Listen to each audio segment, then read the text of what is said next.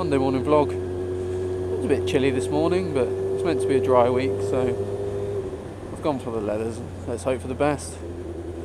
So believe it or not, I did have something to talk about this Monday before the events on Saturday unfolded.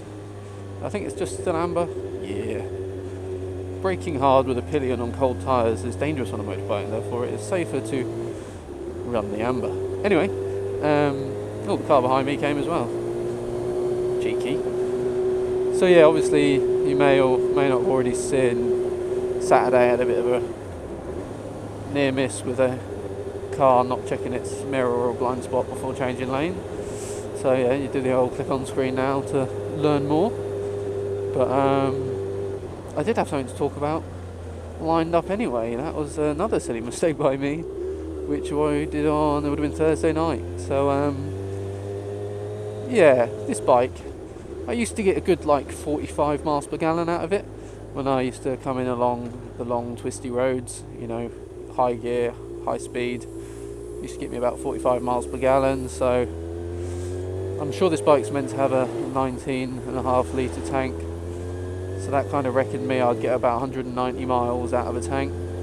Obviously recently I've been riding around in town, it's all low gear, low speed, with a pillion, so that has severely affected my miles per gallon. So yeah, Thursday riding home, I was on about 147 miles. I just ran out of fuel. This is the first time I've ever done it in a car, on a bike. I just ran out of fuel. So yeah, that made me feel a bit silly. I'll probably put some footage on, or there may have already been footage on screen now of it unfolding, but yeah, it's kind of a strange feeling just to kind of lose power while riding along. The bike was still on and everything, but the throttle just didn't do anything. It was, I thumbed the starter quite a bit, trying to get it going, not really knowing what had gone wrong. But yeah, with all this thumbing the starter and then I'd say probably only a quarter of a mile of pushing the bike with its hazards on to get to the nearest petrol station, that did in fact kill the battery. Didn't know that was what's the issue. I kind of got to the petrol station, filled it up with petrol and then thumbed the starter, and rather than the bike trying to turn over, it kind of just gave this loud clicking sound from the battery. And I thought, oh, that's not normal, I don't know what that is, but I've got the old breakdown cover through my insurance, so I called them and the AA man came out. He did a few little checks and then put his jump leads on the bike and started up first time, no problem. So yeah, ran out of fuel, then flattened the battery. Not exactly my brightest hour, but at least it was a quick and easy fix. That's all I can say.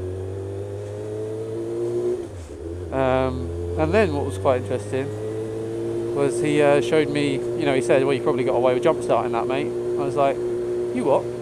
So then he proceeded to teach me how to jump start a motorbike. Oh my god, that's a terrifying thing to watch.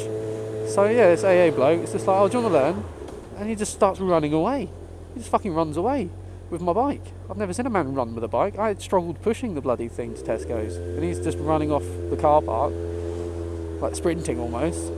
And then he jumps on the bloody thing side saddle, snicks it into second, the bike comes to life, then he performs a bloody feet up tight U-turn while sitting side saddle and rides my bike back to me and be like, yeah, it's like that, mate, easy, do you want to give it a go?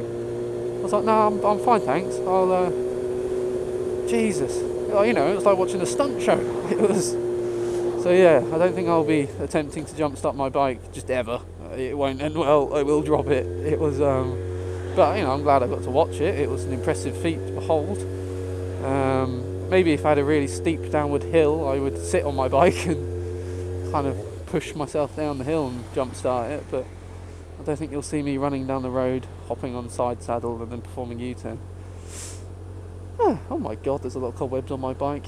There must be just like 10 spiders that live in my bike. I can clear all these cobwebs and overnight they all just come back. At least it keeps the bike fly free, I guess. Ain't no flies on me. But so yeah, after the old bike jump started, he said, you know, obviously mate, you need to go run that in a bit, charge up the battery. So, you know, I don't need much of an excuse to go on a bit of a mission on the bike. So engineer saying that you must go ride your bike for 20 minutes. This was at like 8 o'clock at night. I was enjoying the empty roads. It's quite not, you know, it's been a while since I've been out in the dark and it been warm and dry. Sadly I was in my textiles, but yeah, no, I was getting some proper lean on at night. I'll jump to a clip now. So this is the old bike upright with a nice horizontal headlight shining on the road, whatever you want to call that, amber lamps, and then sorry for the noise.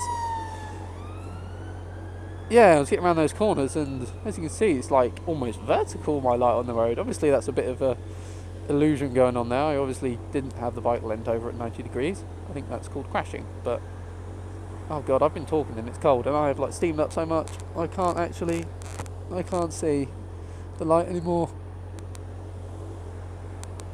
I've steamed up, I might die. I'm gonna have to look over the top of my glasses. Anyway, yeah, getting proper leant over in the dark. Great fun.